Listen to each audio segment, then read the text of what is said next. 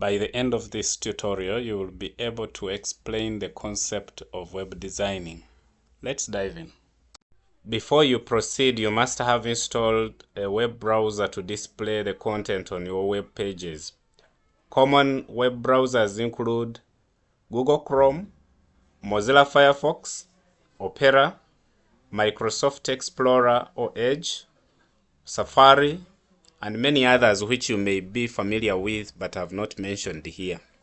So, what does a website mean? Let's consider this website of Kabale University. It has a number of related pages which can be accessed through the different hyperlinks. The web pages contain text, images, video, and on some websites you're going to find audio.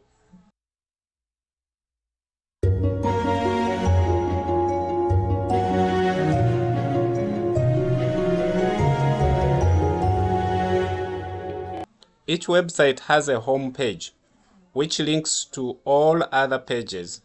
Every website has a unique internet address which is called Uniform Resource Locator that is typed into the address bar of the web browser. Thank you for watching. Like the video, subscribe and hit the notification button